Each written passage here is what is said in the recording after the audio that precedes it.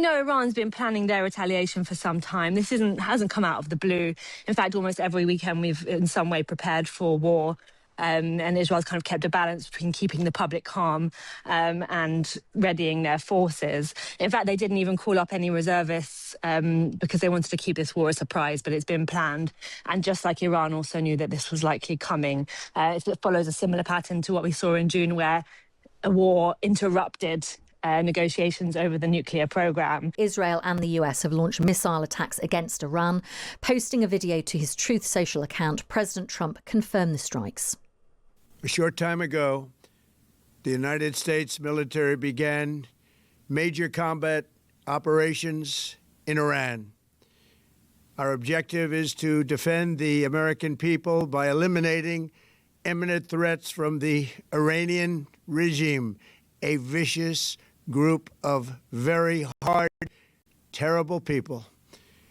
Its menacing activities directly endanger the United States, our troops, our bases overseas, and our allies throughout the world. For 47 years, the Iranian regime has chanted death to America and waged an unending campaign of bloodshed and mass murder, targeting the United States, our troops, and the innocent people in many, many countries. Among the regime's very first acts was to back a violent takeover of the U.S. Embassy in Tehran, holding dozens of American hostages for 444 days. In 1983, Iran's proxies carried out the Marine barracks bombing in Beirut that killed 241 American military personnel. In 2000, they knew and were probably involved with the attack on the USS Cole. Many died. Iranian forces killed and maimed hundreds of American service members in Iraq. The regime's proxies have continued to launch countless attacks against American forces stationed in the Middle East in recent years. It's been mass terror, and we're not going to put up with it any longer. From Lebanon to Yemen and Syria to Iraq, the regime has armed, trained, and funded terrorist militias that have soaked the earth with blood and guts. And it was Iran's proxy, Hamas, that launched the monstrous October 7th attacks on Israel, slaughtering more than 1,000 innocent people, including 46 Americans, while taking 12 of our citizens hostage. It was brutal, something like the world has never seen before.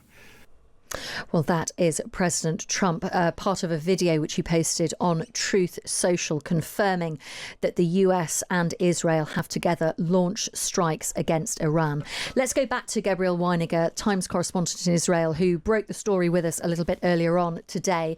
Welcome back, Gabby. Where are we up to now? What information do we have about what is ongoing at the moment? Well, we know that there is currently a warning signal in Israel for everyone to go into their shelter, so we can expect a retaliation from Iran in the coming minutes. I just got my young family down to the shelter while so I you're talk safe? to you.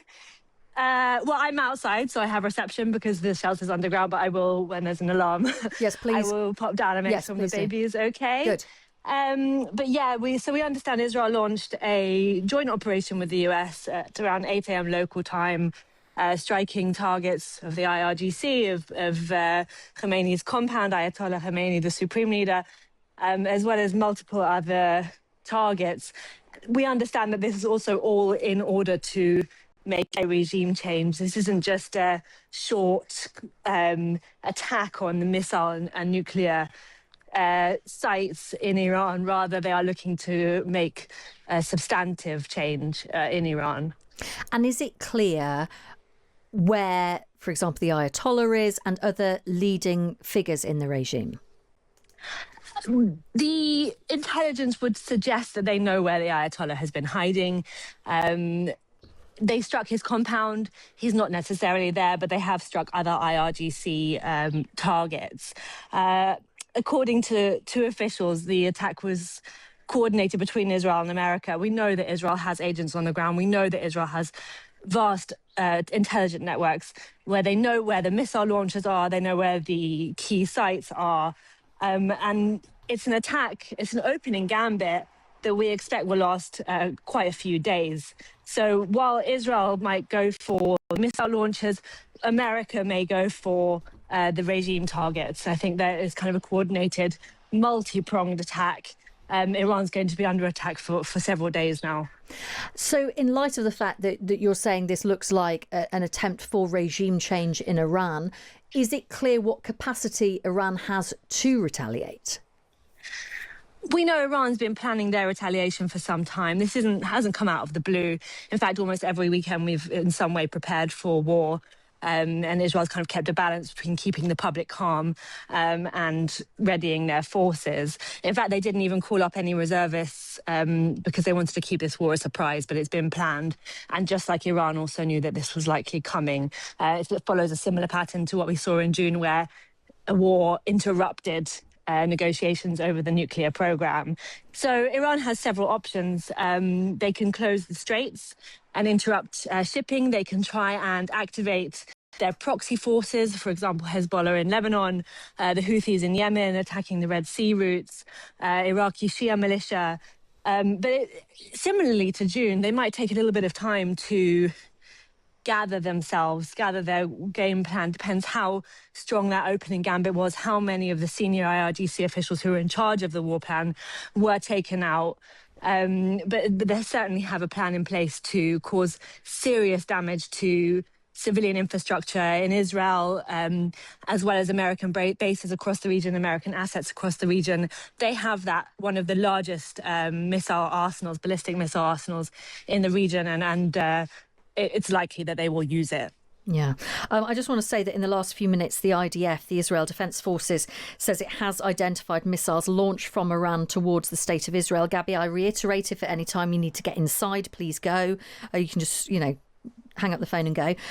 They say that there have been, in the last few minutes, basically messages sent directly to mobile phones in the relevant areas to allow the public to protect themselves. We were speaking a little bit earlier on to Sama Al-Altrush, who is in Dubai, who was talking about the possibility of this escalating severely and very quickly because the Revolutionary Guard may have the view of a use it or lose it attitude towards their weaponry in light of how Israel targeted Hezbollah when there was that heightened tension between them last year. Is there concern in Israel that this could not be the desired limited war that both Israel and the US want? I'm not sure that that's correct, that Israel and the US do want a limited war. We heard President Trump speak earlier. He went back to history. He talked about the Iran hostage crisis. He talked about the danger that Iran has posed to the world since the late 1970s, since the 80s. I think the whole plan is based around the fact that this is going to be a far more intense and far more powerful war than we saw in June. And they will go hard, and they will go until the removal, not just of the nuclear threat, not just of the missile threat, but also of regime change, and in some way embolden perhaps the Iranian opposition who rose up so bravely in January against the regime to do so again. And take the besieged forces off the streets and take the IRGC off the streets. I don't think there was any illusion that this is going to be a limited strike, that this is going to be severe and quick. I think Iran now know that this is a fight to the death, and America is now in it for the long haul as well. Gosh. Gabby, thank you so much for talking to us. Go in and make yourself safe and get with your family. That's Gabrielle Weiniger, who is the Times correspondent, speaking to us live from Israel, telling us that her young family have gone down into the bunkers because they have been told that retaliatory strikes are on the way from Iran. Just remarkable reporting from Gabrielle Weiniger. The IDF statement says at this time the Israeli Air Force is operating to intercept and strike threats where necessary to remove the threat.